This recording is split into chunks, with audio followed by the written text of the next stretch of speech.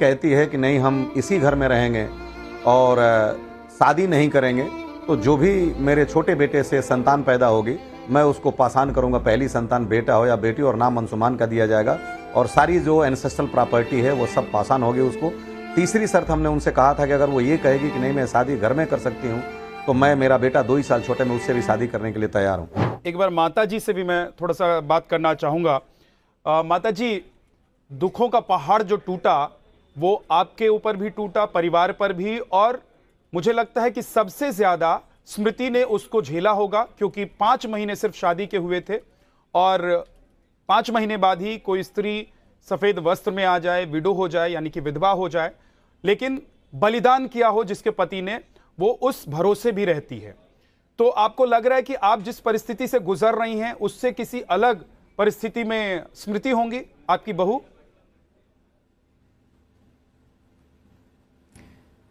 मैं यही कहूँगी मेरे से ज़्यादा तकलीफ उसको होगा, क्योंकि एक माँ तो पूरी ज़िंदगी उसको भूल ही नहीं सकती, लेकिन एक बीवी तो ज़िंदगी लंबी उम्र होती है। माँ का तो कुछ दिन एंजॉय कर ली, बच्चे के साथ रह ली, पर वो बीवी बहुत कुछ झेलने को मिलता है। बस हमें इतना ही तकलीफ था मुझे कि प्यार से गई। उन्होंने ये भी बोला प्यार से, उनकी मम्मी ने, कि कुछ दिन मेरे साथ रहेगी। मैं हाँ भरी, मैं बोली हाँ, वो जहाँ जितना दिन चाहेगी उतना दिन रहेगी, उस पर कोई जोर नहीं है, और जहाँ उसको अच्छा लगेगा रहेगी। जब मेरे साथ मन करेगा मेरे साथ रहेगी, आपके साथ मन करेगा आपके साथ रहेगी। मेरा बस इतना ही था तकलीफ़, और 1 साल में इसको कभी ओपन नहीं की।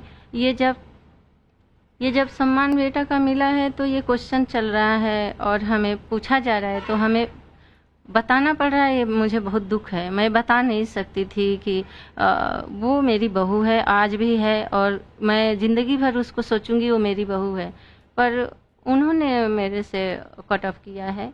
मैं बहुत कोशिश की, मैसेज डालती रही, वही क्यों का सवाल ही नहीं, वो जवाब ही नहीं दिए क्यों का। एक ही सेंटेंस उनके फादर से मेरी बात हुई, वहाँ सीओ साहब बैठा के हमारे बीच चर्चा कराए ताकि सुधर जाए जो भी है, थोड़ा बहुत जो भी चल रहा है।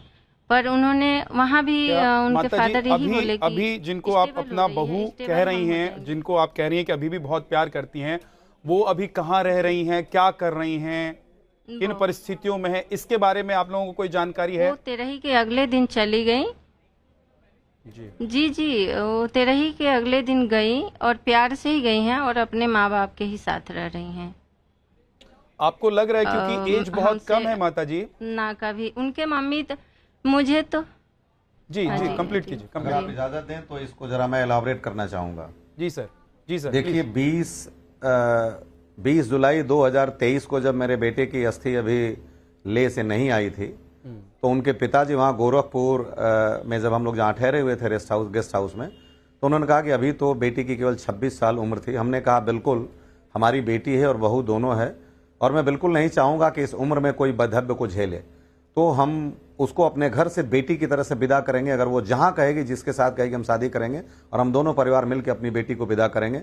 अगर वो ये कहती है कि नहीं हम इसी घर में रहेंगे और शादी नहीं करेंगे, तो जो भी मेरे छोटे बेटे से संतान पैदा होगी मैं उसको पासान करूंगा। पहली संतान बेटा हो या बेटी और नाम अंशुमान का दिया जाएगा और सारी जो एंसेस्ट्रल प्रॉपर्टी है वो सब पासान होगी उसको।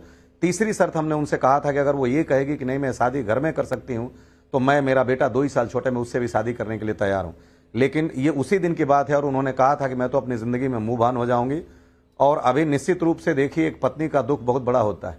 अगर कोई बच्चा होता जो अपने पिता को नहीं देखा होता तो उससे बड़ा दुख किसी के पास नहीं होता। लेकिन वो ऑस्ट्रेलिया जा रही हैं स्ट्रक्चरल डिजाइन के लिए, जो कि उन्होंने ऑफिशियल तौर पे कहा था वहाँ आर्मी अधिकारियों से। तो वो जब सेटल होने, उनका भाई ऑलरेडी PR है वहाँ ऑस्ट्रेलिया में, जब वो हमारा परिवार का हिस्सा हो के हमें कुछ भी पता नहीं, वो अपनी प्लानिंग के साथ ऑस्ट्रेलिया जा रही हैं। और सबसे बड़ा दुख ये पब्लिक डोमेन में करने का मतलब है, ये शोभा देने की बात नहीं है। पारिवारिक संरचना का ताना बाना अगर सरे बज़्म जाता है तो कभी भी किसी व्यक्ति के लिए ठीक नहीं रहा, क्योंकि